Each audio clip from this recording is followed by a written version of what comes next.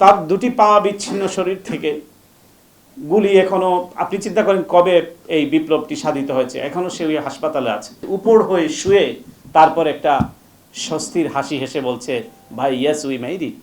তো আমরা 65 জনকে গতকাল পঙ্গু হাসপাতালে আমরা ঘুরে ঘুরে প্রতিটি বেডে আমরা গিয়েছি এবং তাদের আর্তনাদ শুনেছি। আমরা হয়তো এখানে বসে সুন্দর সুন্দর কথা বলছি, কেউ হয়তো সরকার পরিচালনার ক্ষেত্রে নানা অ্যাডভাইস করছি, কেউ হয়তো কোনো কোনো জায়গায় যাওয়ার জন্য একটা সুপ্ত বাসনা লালন করছি, কেউ কেউ হয়তো কোনো জায়গায় গিয়ে আমরা খুব প্রটোকল নিয়ে খুব ভালোভাবে থাকছি, নানা ধরনের বয়ান দিচ্ছি। কিন্তু যে মানুষটি আমি দেখেছি তার দুটি পাই ছিন্ন ভিন্ন, রক্তে এখনও রক্ত জমাট হয়ে আছে, শরীর থেকে দুটি পা আলাদা হয়ে গিয়েছে, উপর হয়ে শুয়ে তারপর একটা স্বস্তির হাসি হেসে বলছে, ভাই ইয়েস উই মেড ইট। হ্যাঁ ভাই, আমরা এটি বাংলাদেশে আমরা এটি রচনা করতে পেরেছি। তো এই যে এখনও সে তার দুটি পা বিচ্ছিন্ন শরীর থেকে গুলি এখনো, আপনি চিন্তা করেন কবে এই বিপ্লবটি সাধিত হয়েছে, এখনো সে ওই হাসপাতালে আছে, তারপরও সে স্বস্তির হাসি হাসছে, বিজয়ের হাসি হাসছে। তো এই দেশে কিভাবে সম্ভব যে একটা ফেসিবাদের এরকম উত্থান ঘটতে পারে? এটি অসম্ভব। হয়তো একটু সময় লেগেছে, কিন্তু এদেশের মানুষ তাদের রক্ত দিয়ে তাদের সর্বোচ্চ বাজি রেখে এই ফ্যাসিস্টকে পালাতে বাধ্য করেছে। যারা সরকারে আছেন, আমি বিভিন্ন পর্যায়ে প্রধান উপদেষ্টা থেকে শুরু করে আমার সৌভাগ্য সকলের সাথে আমার ইন্টারাকশনের সুযোগ হয়েছে, আমি বলেছি এবং ওনারাও কিন্তু, আপনাদেরও সৌভাগ্য যে বাংলাদেশের একজন নোবেল লরিয়েটকে আপনারা সরকার প্রধান হিসেবে এই দেশে পেয়েছেন, প্রফেসর মোহাম্মদ ইউনূস, যার নামের সঙ্গে সঙ্গে তার নামের সাথে আমরাও আলোকিত হই। আমরা যখন বাইরে বিভিন্ন জায়গায় যাই তখন তাকে যখন আমরা বলি যে প্রফেসর ইউনূস বাংলাদেশের সরকারের দায়িত্ব নিয়েছেন, তো সবাই অন্য বিদেশি বন্ধুরাও তারা স্বস্তি প্রকাশ করেন। তো এটা একটা স্বস্তির জায়গা যে তাকে সরকার প্রধানের দায়িত্ব তিনি নিয়েছেন এবং এই বাংলাদেশের যে একটা পরিবর্তনের সূচনা হয়েছে।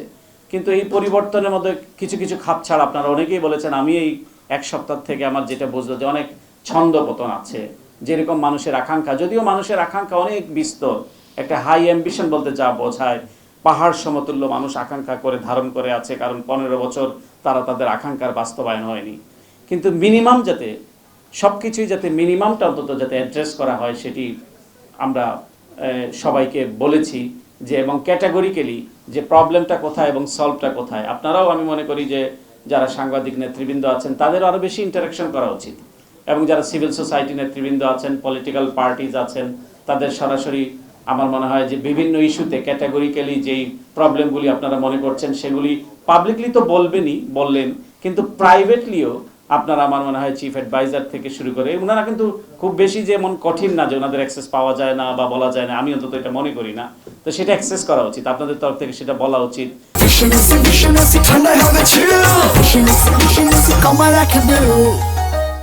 এতদিন আপনাদের যে প্রায় 266 জন সাংবাদিক আহত হয়েছেন, তাদের ডাটাবেজ আপনাদের থাকা উচিত, কে কোথায় নিহত হচ্ছে সেটার একটা থাকা উচিত, তাদের পরিবার কিভাবে চলছে। এটি প্রেস ক্লাবের তো এটাই কাজ, যে এই প্রেস ক্লাব হচ্ছে এটা তো একটা মানে সাংবাদিকদের স্বার্থ সংরক্ষণের একটি প্ল্যাটফর্ম, আমরা যদি বলি BFUJ বলেন, DUJ বলেন। সুতরাং এটিও মানে জবের বার্গেনিংয়ের পাশাপাশি সাংবাদিকরা যেখানে যেখানে আক্রান্ত হচ্ছেন তাদের স্বার্থকে সংরক্ষণ করা, কেবল নিজের স্বার্থ নয়, নিজে একটা বড় পত্রিকার সম্পাদক হলাম অথবা ভালো একটা কিছু করলাম, প্রত্যেকের স্বার্থ সংরক্ষণ করা। সবাই যদি আগায় তাহলেই সমাজ এগোবে। আমি হয়তো একটি বড় জায়গায় থাকলাম কিন্তু আমার সমাজটা এগুলো না, আমার সহকর্মীটা ভালো থাকলো না, তাদের আমার এই ভালো থাকাটার কোনো অর্থ নেই। আমরা জানি অনেকেই বেকার হয়েছেন দীর্ঘ 15 বছর, যেটি এই সবুজ ভাই বলেছেন, আবদুল্লাহ ভাই বলেছেন, শিকদার ভাই বলেছেন, অনেকেই বলেছেন, ইলিয়াস খান বলেছেন, মোরসালিন নোমানি, যে মানুষ তাদের এমনও আমি শুনেছি, আমি যখন ওইখানে ছিলাম অনেকের সঙ্গে আমাদের যোগাযোগ হতো, সেখানেও আমরা ছোট পরিসরে আমরা একটু উপহার দেওয়ার চেষ্টা করতাম, বিশেষ করে ঈদের সময়।